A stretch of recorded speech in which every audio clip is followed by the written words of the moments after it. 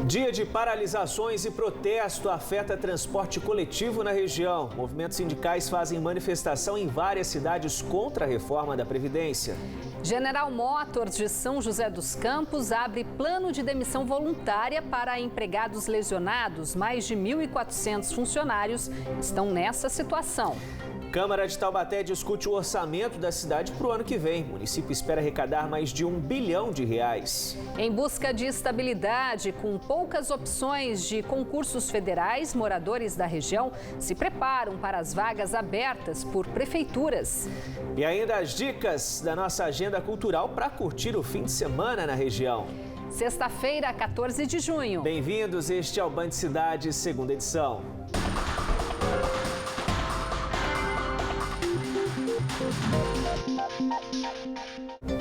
Boa noite para você.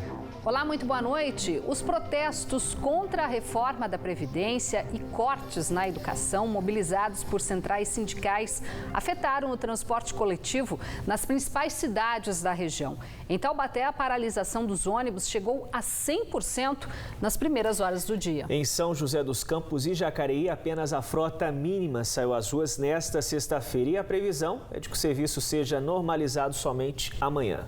Em São José dos Campos, o terminal central amanheceu sem nenhum ônibus. Por volta das 7 da manhã, os coletivos ainda não haviam saído das garagens e circulavam apenas algumas vans do transporte complementar. Desde as 5h30 da manhã.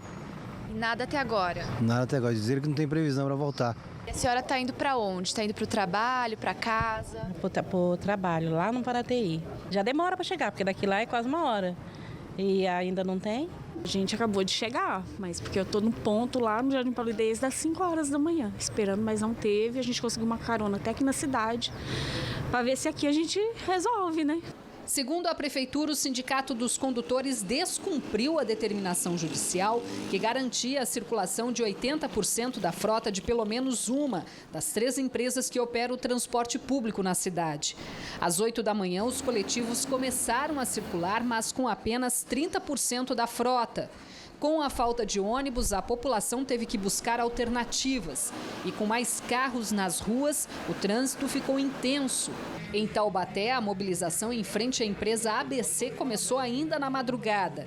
Segundo a Prefeitura, o acordo de manter frota mínima de 30% também foi descumprido. E nenhum ônibus deixou a garagem nas primeiras horas do dia. Após negociação entre empresa e trabalhadores, a frota mínima foi liberada, mas somente às 10h30 da manhã. Ainda segundo a administração municipal, providências legais seriam tomadas para que mais ônibus fossem liberados até o fim do dia.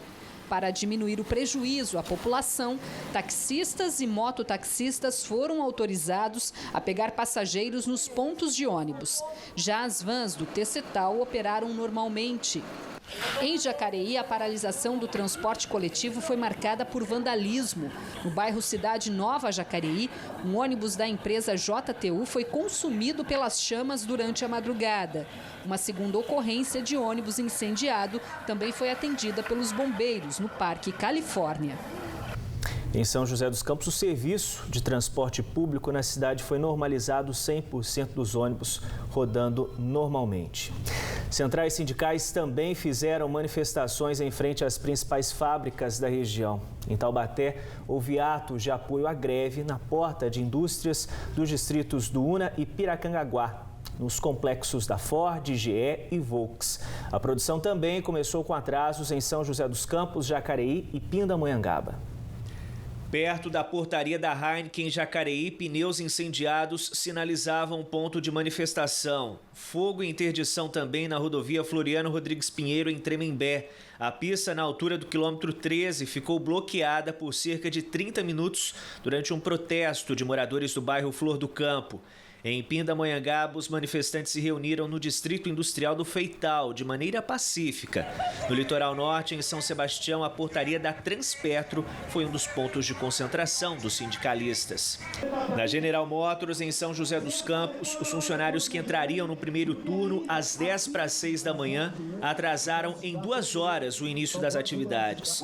Os trabalhadores lotaram a frente da montadora em uma manifestação comandada pelo Sindicato dos Metalúrgicos. Às 8 da manhã, a produção foi retomada. Estava tudo bloqueado, mas agora liberou para todo mundo entrar, foi pacífico, tranquilo. Toda manifestação é legal, tem que ser assim. Para melhoria, para todo mundo, tem que ser assim. A greve geral realizada em todo o país é contra a reforma da Previdência, que está em análise no Congresso, além dos cortes na educação anunciados recentemente pelo governo federal. Nós temos claro que se passar essa reforma da Previdência proposta pelo governo Bolsonaro, vai acabar com o direito à aposentadoria no nosso país. Então esse é um eixo central da nossa campanha, né? O Sindicato dos Metalúrgicos, a nossa central CSP com Lutas, ela é contra totalmente essa reforma. E também contra o desemprego que está assolando o nosso país. Em Pindamonhangaba, metalúrgicos, químicos e outros servidores também paralisaram nesta manhã. No total, 1.500 trabalhadores de 9 fábricas cruzaram os braços.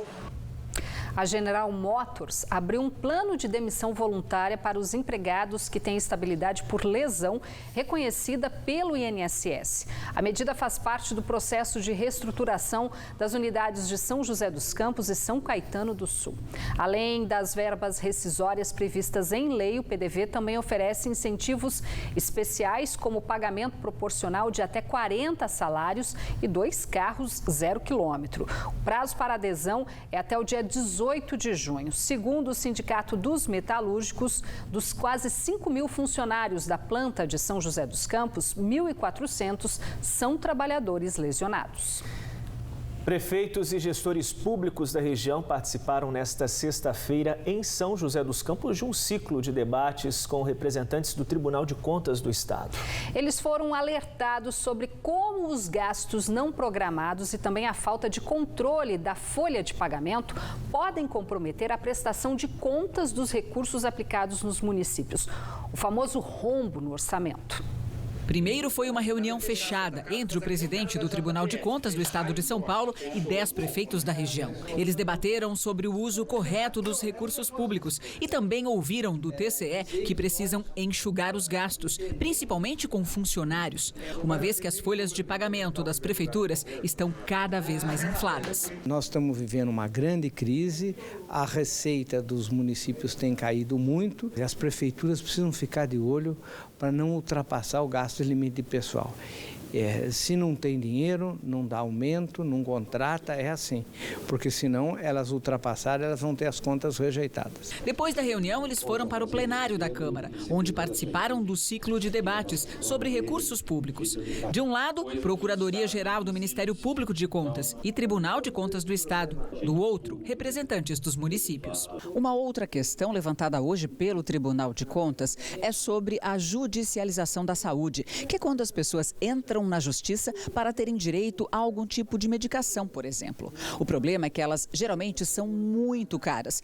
Só que quando o juiz manda, as prefeituras são obrigadas a pagar. É nesse momento que na maioria das administrações municipais acontece o rombo nos cofres, uma vez que esses valores judiciais não estavam previstos no orçamento.